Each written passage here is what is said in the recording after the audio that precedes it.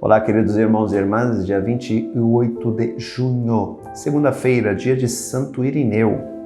Santo Irineu nasceu no ano 130, foi sacerdote, bispo e morreu martirizado em 177.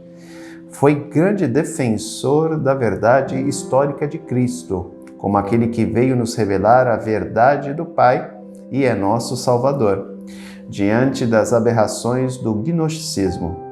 Ele é centrado na pessoa de Cristo, nada fora ou longe dele. Tinha também grande reconhecimento da pessoa de Maria, como a nova Eva, a mãe de Cristo. Gnosticismo era uma heresia que dizia que Cristo era somente espírito. Então, era uma heresia que ficava sob o primado espiritual do Cristo. Não acreditava muito na encarnação do Filho de Deus. Então, nessa época, os apologistas, ou apologetas, eles ficavam muito presos à questão do Cristo encarnado. Daí que nasce a visão da afirmação complexa de que Cristo se fez homem. Então, ele tinha as duas naturezas, a natureza humana e a natureza divina. Então, a encarnação dele foi real, ele se fez homem. Porque se Cristo não tivesse se encarnado, então, se fosse algo somente aparente, se fosse somente algo espiritual, nós não teríamos sido salvos. Porque havia necessidade de Deus morrer literalmente na cruz para a libertação da humanidade. Então, Santo Irineu bateu muito no aspecto histórico, do Jesus histórico, porque era algo essencial para enfrentar o gnosticismo daquele tempo. O evangelho de hoje é o evangelho de Mateus, capítulo 8, versículos do 18 ao 22. Naquele tempo, vendo uma multidão ao seu redor, Jesus mandou passar para outra margem do lago. Então, o mestre da lei aproximou-se e disse: Mestre, eu te seguirei aonde quer que tu vás. Jesus lhe respondeu: As raposas têm suas tocas e as aves dos céus têm seus ninhos, mas o Filho do Homem não tem onde reclinar a cabeça. Um outro dos discípulos disse a Jesus: Senhor, permite-me que primeiro eu vá sepultar meu pai. Mas Jesus lhe respondeu: Segue-me e deixa que os mortos sepultem os seus mortos. O texto de hoje nos leva a uma reflexão extremamente importante. Diante de todos os acontecimentos que se deram com Jesus, os milagres que ele realizou, o povo tinha a intenção de proclamá-lo rei. E ele, fugindo desse aspecto, o texto nos leva a refletir sobre isso. Ele passa para o outro lado da margem. Por quê? Porque ele não queria que aqueles acontecimentos, aquela vontade daquele povo fizesse com que ele se desviasse da sua missão. Lembro a vocês que aqui há duas visões antagônicas, diferentes, díspares da missão do Messias. Enquanto se esperava o Messias de Davi, o Messias glorioso, o Messias que iria governar Israel, o reino deste mundo, Jesus se apresenta como o Messias de Isaías, o servo sofredor, aquele que dá a vida pelo povo. O meu reino não é deste mundo. Por isso que eu já falei em outras oportunidades para vocês também, Jesus, ao longo da sua vida, do seu ministério, ele sempre foi tentado pelo ter, pelo querer e pelo poder. Sempre aquela tentação de se desviar do projeto de Deus, da missão de Deus para ele. Qual era a missão dele? Assumir condição humana, viver no meio dos pobres, anunciar o ano da graça do Senhor, entregar a sua vida no alto da cruz e libertar a humanidade do pecado. Ele tinha que morrer. O último momento da tentação será justamente o Getsemane, quando ele, diante de todo o sofrimento iminente que ele vai passar, ele pergunta ao Pai: Pai, afasta de mim esse cálice. Todavia, não seja feita a minha vontade, mas a tua vontade. Nem foi uma pergunta, foi uma afirmação, melhor dizendo.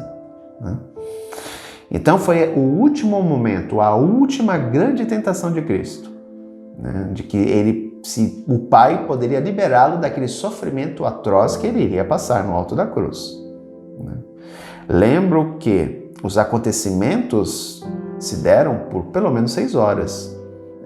Cristo morre às 15 horas, só que ele começa o caminho do Calvário às 9. Então foi uma morte sofrida, dolorosa. A crucifixão era até então o pior tipo de morte que alguém poderia ter. Os romanos eram muito cruéis nesse aspecto. Então, ele não queria se desviar do seu projeto, ou melhor, do projeto do Pai para ele. Então, o fato de atravessar o outro lado da margem, aquele povo que queria glorificá-lo, ele se retira para que aquilo não subisse, entre aspas, trazendo para a nossa linguagem hoje, subisse para a sua cabeça, não deixasse vaidoso e orgulhoso. Chegando do outro lado, ele encontra o mestre da lei. Mestre, seguirei aonde quer que tu vás. E aí ele deixa bem claro que ele não tem morada, ele não tem parada, ele não tem bens neste mundo. As raposas têm suas tocas, as aves do céu seus ninhos, mas o Filho do Homem não tem onde reclinar a cabeça. Ele se fez pobre para os pobres. Ele não tem casa, ele não tem nada. Ele simplesmente se desapegou de tudo, se despojou de tudo. Ele tinha a casa onde Maria morava, sim, mas ele já não morava mais lá, porque ele decidiu abrir mão daquilo para viver no meio dos pobres. Então ele abdica de tudo isso. E depois vai ter um outro discípulo que quer segui-lo, mas coloca uma condição. E aí ele deixa bem claro, para segui-lo não pode se colocar condição. Para alguém segui-lo tem que ser de peito aberto, de coração aberto, para que possa realmente se libertar como ele se libertou de tudo aquilo que o prendia nesse mundo, para realmente seguir o caminho de Deus. Então devemos entender uma coisa. Então eu vou abdicar de tudo, de trabalho, de casa, de família, de tudo para seguir Jesus. Não é bem isso que eu estou falando.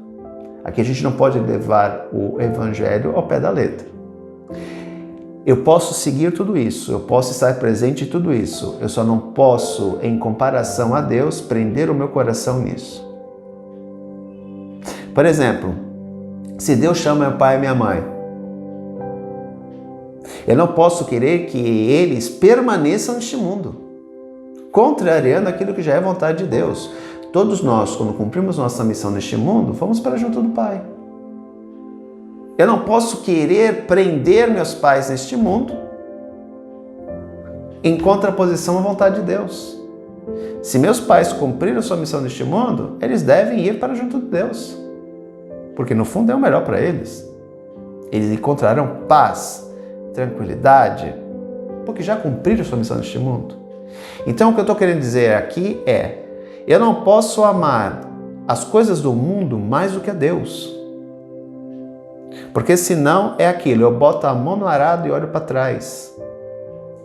Eu não estou com o coração livre para servir Cristo e para segui-lo. Então aqui não está dizendo no sentido de que eu tenho que abandonar tudo para se tornar discípulo de Jesus. Não, eu tenho que ser discípulo de Jesus no mundo.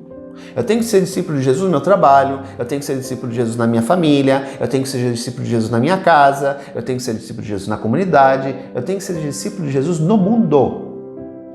No mundo. Não abandonar tudo e me esconder num convento. Ou abandonar tudo e ficar na capela da igreja. Não é isso. Eu só não posso colocar as coisas do mundo acima de Deus. Deus em primeiro lugar sempre. Depois as coisas do mundo. As outras coisas que fazem parte da minha vida. Meu trabalho, meus amigos, minha família, todo o resto. Primeiro Deus, o resto vem depois dele. Por isso, queridos irmãos e irmãs, devemos lembrar sempre que o nosso coração deve estar livre para se colocar a serviço dele, porque ele é o nosso Senhor e Salvador, e somente a ele todo o louvor. Um grande abraço, até amanhã, se Deus quiser. Tchau.